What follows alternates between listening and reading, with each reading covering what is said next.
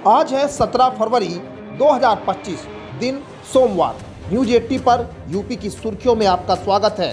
चलिए देखते हैं यूपी की 15 खबरें फटाफट अंदाज में। योगी सरकार 20 फरवरी को विधानमंडल में अपना 9वां बजट पेश करने जा रही है। इस बार गरीब, युवाओं, किसानों और महिलाओं के विकास पर जोर दिया जाएगा। आगामी पंचायत चुनाव की तैयारियों की झलक भी इस बजट में देखने को मिल सकती है। सरकार विभिन्न विभागों से आए प्रस्तावों की समीक्षा कर अंतिम रूप दे रही है। वित्त मंत्री और अपर मुख्य सचिव ने बजट की रूपरेखा मुख्यमंत्री को प्रस्तुत की है, जिसके सुझाव के अनुसार इसे अंतिम रूप दिया जा रहा है। यह बजट प्रदेश की नीतियों और प्राथमिकताओं को दर्शाएगा।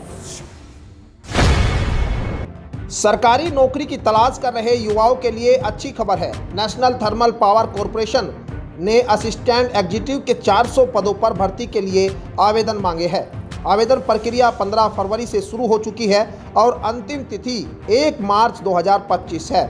इच्छुक उम्मीदवार एनटीपीएस की आधिकारिक वेबसाइट पर जाकर आवेदन कर सकते हैं। आवेदन करने के लिए उम्मीदवार की आयु 35 वर्ष से अधिक नहीं होनी चाहिए।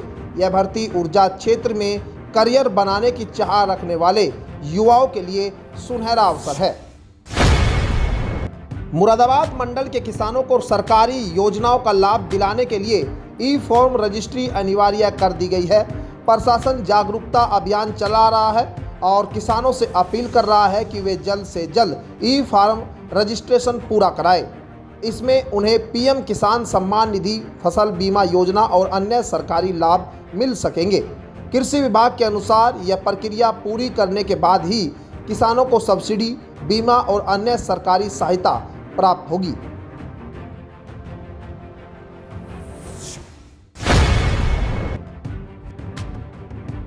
दिल्ली देहरादून नेशनल हाईवे 58 को 6 लेन में बदला जाएगा। इसको लेकर डिटेल प्रोजेक्ट रिपोर्ट तैयार की जा रही है। केंद्रीय सड़क परिवहन मंत्री नितिन गडकरी ने सांसद अरुण गोविल को पत्र लिखकर इसकी जानकारी दी है। इसके अलावा NH 58 पर घाट रोड और भोला रोड पर नए ओवरब्रिज भी बनाए जाएंगे। इस परियोजना से मेरठ और आसपास के क्षेत्रों में यातायात सुगम होगा और यात्रा का समय कम होगा। गंगा एक्सप्रेसवे और जेवर एयरपोर्ट के बीच नया एक्सप्रेसवे बनाया जाएगा, जिससे यात्रा सुगम होगी। करीब 76 किलोमीटर लंबा यह एक्सप्रेसवे 4415 करोड़ रुपए की लागत से बनेगा।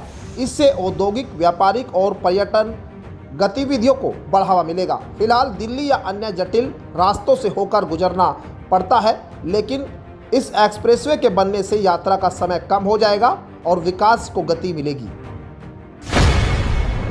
ग्रेटर नोएडा से दिल्ली के बीच यातायात को सुगम बनाने के लिए चिल्ला एलिवेटेड रोड का निर्माण कार्य शुरू हो गया है।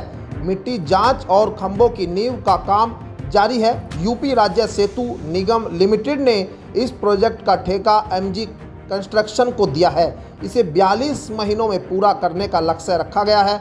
इस रोड के बनने से ट्रैफिक जाम की समस्या काफ़ी हद तक खत्म हो जाएगी और यात्रा आसान हो जाएगी। गाजियाबाद विकास प्राधिकरण दिल्ली मेरठ रोड पर हरनंदीपुरम आवास योजना के तहत 5 गांव की जमीन अधिग्रहित करेगा। पहले 8 गांव की योजना थी, लेकिन अब केवल मथुरापुर, नंगला, फिरोज मोहनपुर, शमशेर, चंपत नगर और भनेड़ा खुर्द की जमीन ली जाएगी। इस टाउनशिप को 521 हेक्टेयर क्षेत्र में बसाने की योजना है, जिसमें 462 हेक्टेयर जमीन सीधे किसानों से खरीदी जाएगी। यह क्षेत्र आवासीय और व्यावसायिक विकास के लिए तैयार किया जा रहा है। गोरखपुर से आजमगढ़ होते हुए लखनऊ तक सफर को आसान बनाने वाला गोरखपुर लिंक एक्सप्रेसवे लगभग बनकर तैयार है। 98% निर्माण कार्य पूरा हो चुका है और जल्द ही इसका लोकार्पण किया जाएगा। इस एक्सप्रेसवे के चालू होने से गोरखपुर से लखनऊ का सफर मात्र 3.5 घंटे में पूरा हो जाएगा। यह हाईवे दिल्ली, आगरा, प्रयागराज और वाराणसी से कनेक्टिविटी को आसान बनाएगा। एक्सप्रेसवे के दोनों किनारों पर औद्योगिक और व्यापारिक गतिविधियों को बढ़ावा देने के लिए इंडस्ट्रियल कॉरिडोर भी बनाया जा रहा है। महाकुंभ के बीच प्रयागराज वासियों के लिए अच्छी खबर है। प्रयागराज में पहली बार डबल डेकर बसें चलेगी। प्रयागराज से लखनऊ के बीच इनका संचालन प्रस्तावित है। दोनों बसें एसी इलेक्ट्रिक डबल डेकर है और पहले चरण में 65 सीटर 2 बसें दी गई है। इन बसों का किराया सस्ता होगा और यात्रा आरामदायक होगी। नगरीय परिवहन निदेशालय इनका संचालन करेगा। मार्च में ये बसें फर्राटा भरने लगेगी। दिल्ली मेट्रो रेल कॉरपोरेशन में मैनेजर और असिस्टेंट मैनेजर के पदों पर भर्ती निकली है। इच्छुक उम्मीदवार दिल्ली मेट्रो की आधिकारिक वेबसाइट पर जाकर आवेदन कर सकते हैं। आवेदन प्रक्रिया शुरू हो चुकी है और अंतिम तिथि 13 दिसंबर तय की गई है। यह अवसर उन उम्मीदवारों के लिए बेहतरीन है जो मेट्रो रेल क्षेत्र में करियर बनाना चाहते हैं। प्राइवेट सेक्टर में काम करने वाले कर्मचारियों के लिए राहत भरी खबर है। कर्मचारी भविष्य निधि संगठन वित्त वर्ष 2024-25 के लिए पीएफ की ब्याज दर 8% से 8.25% के बीच तय कर सकता है। 28 फरवरी को केंद्रीय बोर्ड ऑफ ट्रस्टीज की बैठक में इसका फैसला लिया जा सकता है। ईपीएफओ की ब्याज दरें पहले प्रस्तावित होती है, फिर सीबीटी और वित्त मंत्रालय से मंजूरी मिलती है। ईपीएफओ के 65 मिलियन से ज़्यादा सदस्य हैं जिनका पीएफ खाता यूनिवर्सल अकाउंट नंबर से जुड़ा होता है, जिससे वे कई खातों को लिंक कर सकते हैं। यूपी के इटावा पहुंचे सपा अध्यक्ष अखिलेश यादव ने कहा कि उत्तर प्रदेश का चुनाव इंडिया गठबंधन के तहत लड़ा जाएगा। उन्होंने स्वीकार किया कि हरियाणा और दिल्ली चुनाव के बाद गठबंधन की गति धीमी हुई, लेकिन यूपी चुनाव आते आते फिर तेज होगी। महाकुंभ हादसे पर उन्होंने कहा कि सरकार के दावों की पोल खुल गई है। सरकार आम जनता की सुरक्षा सुनिश्चित करने में नाकाम रही। उन्होंने पीड़ित परिवारों को 50-50 लाख रुपए मुआवजा देने की मांग की है। पीएम मोदी और भाजपा पर निशाना साधते हुए कहा कि महाकुंभ धार्मिक आयोजन है जिसमें निमंत्रण पत्र बांटना गलत है। इस दौरान कई सपा नेता उनके साथ मौजूद रहे। होली और महाकुंभ में यात्रियों की भीड़ को देखते हुए रेलवे ने होली स्पेशल वंदे भारत ट्रेन की घोषणा की है। यह ट्रेन 18 फरवरी से 26 मार्च तक रोजाना चलेगी और गाजियाबाद स्टेशन पर ठहराव होगा। रेलवे अधिकारियों के अनुसार ट्रेन दिल्ली से प्रयागराज होते हुए वाराणसी तक जाएगी। उसी दिन वाराणसी से लौटकर दिल्ली पहुंचेगी। ट्रेन संख्या 02252 नई दिल्ली से सुबह 5:30 बजे रवाना होगी और 6 बजे गाजियाबाद पहुंचेगी। यात्रियों को होली पर घर जाने में सहूलियत मिलेगी और यात्रा का समय भी कम होगा।